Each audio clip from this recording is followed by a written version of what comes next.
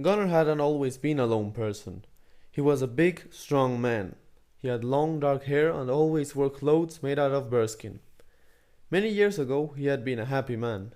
He had a wife and 7 children. But his family had not lasted very long. One day they went into the forest, so Gunnar could teach them how to hunt. As they were searching, they saw an elk, a gigantic one. It could feed his whole family for at least 4 weeks. So he set off running, brandishing his double-bladed axe. He followed the animals as it set off running. When he finally killed the animal, he wanted his sons to help him transport it back. But when he arrived, the only thing he found was blood and splattered body parts. He searched for hours, but found no one. Not a single trace of what attacked his sons was to be found. So he grew sad. He never talked to the people in the town again. He never visited the temple of Odin. He only went to town to drink, and he drank a lot. Some say that he tried to hide his feelings, drowning them in alcohol. But he never talked. He only had one companion who was always with him, a giant boar named Sebastiansson. He was black and had very long tusks. He was full of scars as he loved to fight wolves. Gunnar was known as a deadly warrior. Many younger warriors didn't believe it and tried to attack him. Many skulls had been crushed by his bare hands. Now winter was coming and the cold crept up the woods where Gunnar lived. He had to go to the forest a lot so he could get more firewood. One day he found several hunters and they seemed very scared and several seemed very tired because of all the running. He talked to them for a while and they told him why they were running away. They said that while they had been hunting a pack of bears, they found the footprints of another huge animal. They had never seen something like it, so they decided to follow it. They walked for several hours and came up to a zone where all the trees had been ripped out of the earth. They started to fear that who or whatever had done it was near. They searched a bit and found the entrance of a cave, which was littered with the carcasses of bears, elks, and many other animals. There were also human bodies there. Then they heard a howl, as bone-chilling as the breeze in the middle of winter. They stayed like that and started to hear the grunting noises out of the cave. Fear took hold of them, and they ran. They did not stop until they arrived at the place where Gunnar was. Gunnar did not know what to believe. The hunters didn't look like they were lying, but he had never heard of such a thing, and he talked a lot to strangers, because his house was near a road through which many people passed. What he started to think now was that if the being existed, it would surely follow the hunters any way it could. He would have to face it if it did. The next morning was very cold. Gunnar could feel the winter coming in the air. His night had not been relaxed. He had heard strange noises from the woods, grunts and a lot of movement. There had been 1 or 2 distant roars, too. Gunnar went to see his animals. Everything seemed normal, and even Sebastiansson was asleep. He surely would have attacked anyone, wouldn't he? Gunnar went into the woods to get food and wood. Something looked different here. Trees had been moved. As he went deeper into the woods, he found claw marks on several stones and trees. This was not normal. Darkness came fast that day. So came the howls of the wolves. They were exceptionally loud, and Gunnar could not lose his sense of uneasiness, so he let Sebastiansson roam free. Something was not right. These howls were not the ones he heard every night. They came from a bigger animal. Much bigger. They were coming nearer. Gunnar grabbed his axe and went out to see what it was. He could barely see, but he was sure that he saw some trees were moving in an unnatural way. Suddenly the howls stopped. Everything went silent. Then he heard it, a deep growl coming from the trees. Sebastiansson grunted. Gunnar took a step back and raised his axe. Then suddenly, silence. There was nothing, not a sound, and not a movement. Gunnar did not sleep very well that night. He kept thinking about what he had seen in the forest. His thoughts wandered back to what the hunter had told him some days ago. That being, had it followed them?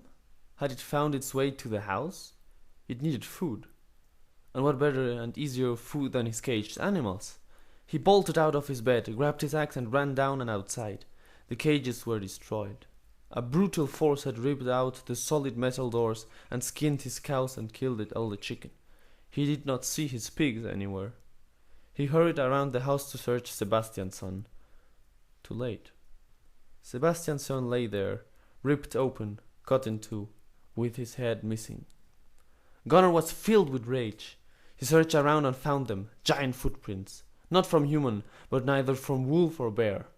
He followed them and saw that they led directly into the woods. Now Gunnar wanted revenge. He wouldn't rest until he had found the being that had killed his animals and Sebastian's son. He waited until morning, thinking about a good plan. When dawn came, he pulled the carcasses of the cows into the forest to a place which was cleared of trees. It was full of the giant footprints. There he put both. It took a long time, as they were very heavy. And he started cutting some other trees to block the whole clearing and only leave one small entrance. That took a long time too. When he finished it, it was afternoon. It had been a tiring day, but Gunnar was determined to catch the beast and continued working. He then went to his home for a short rest. Just as he was exiting his home, he found two hunters coming down the way from the little town. They seemed amused as Gunnar told him what he was doing and where he was going, and went with him, as they wanted to see the beast that had attacked his animals. They went to the clearing, and Gunnar explained what he wanted to do. He would wait until darkness arrived, because it seemed to be the time when the beast fed. Then, as it was feasting on the cows' carcasses, he would attack it with his double-bladed axe and kill it. The hunters seemed to like the plan and agreed to help.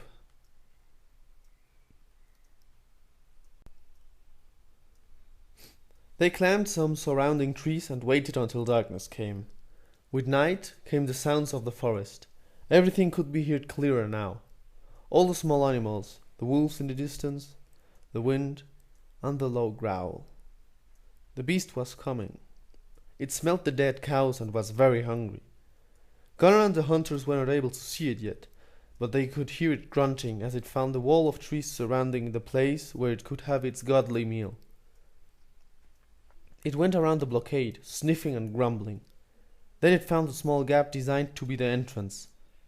It entered the clearing, slowly, and then it stepped into the moonlight. It was a giant being, 10 feet tall at least. Its whole body was covered in grey fur, stained with the blood of the animals it had killed. It had long, powerful arms that ended in long claws, and short, strong legs. Gigantic tusks came out of its mouth, and many rows of teeth decorated it. It had small, glinting eyes that scanned the zone without seeing the hunters. It grunted and then sniffed the air. Then it let out a triumphant roar that shook all the trees in the zone. Gunnar was paralyzed. He did not expect this being. The other hunters were shivering in fear. The being advanced through the clearing, sometimes walking on 4 legs, sometimes on 2. When it arrived at the carcasses, it sniffed on them, and then stood on 2 legs, grunting. Gunnar looked at it, thinking that a direct approach would not be good, and he wanted to communicate that to the hunters. But when he turned, he saw both of them shooting arrows at the troll. Then hell broke loose. The troll registered the arrows in his neck and roared, making branches fall from the trees. It turned and saw the hunters, who were trying to get down from the tree and escape. The troll roared again and leapt across the clearing, crushing several trees and breaking the barricade they had built. The hunters tried to escape, dodging behind trees and running, but the troll bellowed with rage and ran after them, breaking the trees as if they were toothpicks. Gunnar jumped down from his tree and, shouldering his axe, ran after them. The 2 hunters weren't fast enough. The troll cornered them in an agglomeration of unclimbable rocks. It knew no mercy, and with one slash tore the heads off both hunters, while howling in satisfaction. Gunnar had seen everything, and a burning rage took hold of him. He took his axe and ran towards the troll, while uttering a war cry ready to split his skull. The troll heard that Gunnar was behind him, and with a quick, strong, and brutal blow, he flung him against the rocks, leaving him unconscious.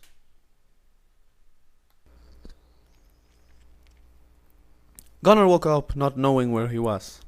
He had a doleful headache and a grievous pain in his back. He stood up and looked around. He saw the bodies of the hunters and the footsteps of the troll. They led deeper into the woods.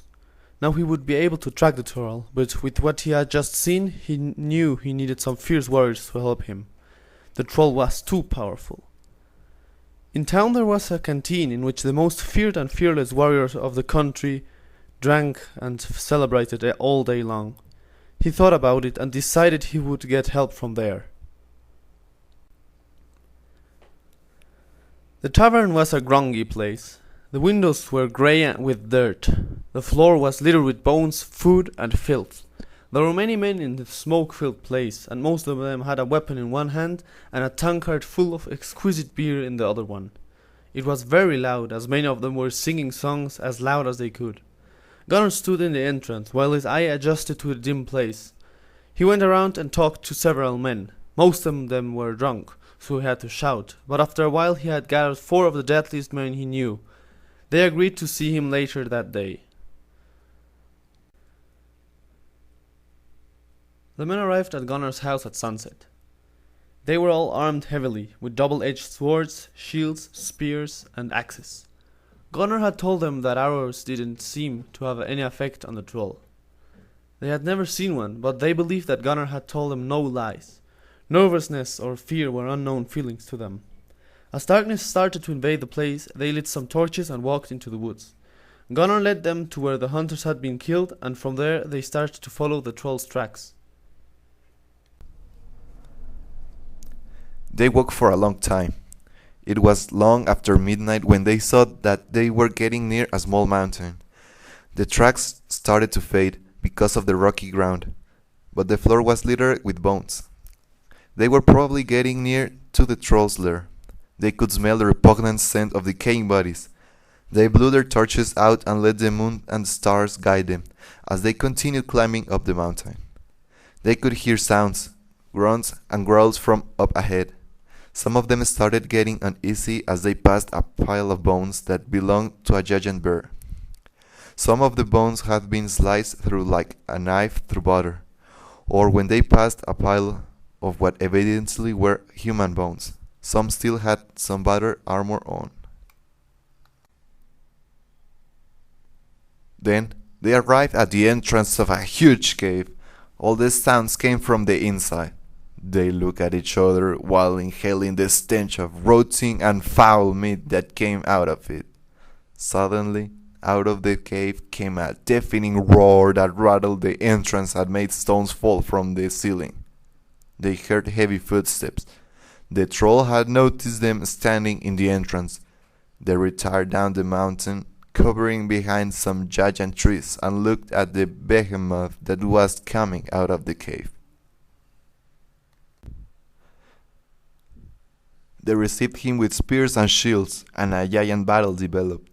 The warriors jumped, ran, dodged the death-bringing slashes of the troll, and he destroyed several shields and spears.